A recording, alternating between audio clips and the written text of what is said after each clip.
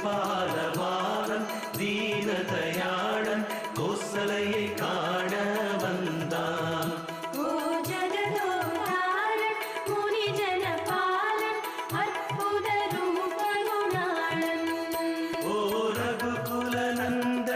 அரவிந்த நயனன் திருமாலவன் வந்தானே.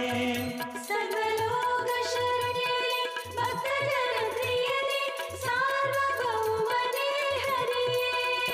ஓ கருணாசாகரன் பன்னக சயனன் வைகுந்த வாசன் ஸ்ரீகாந்தன்.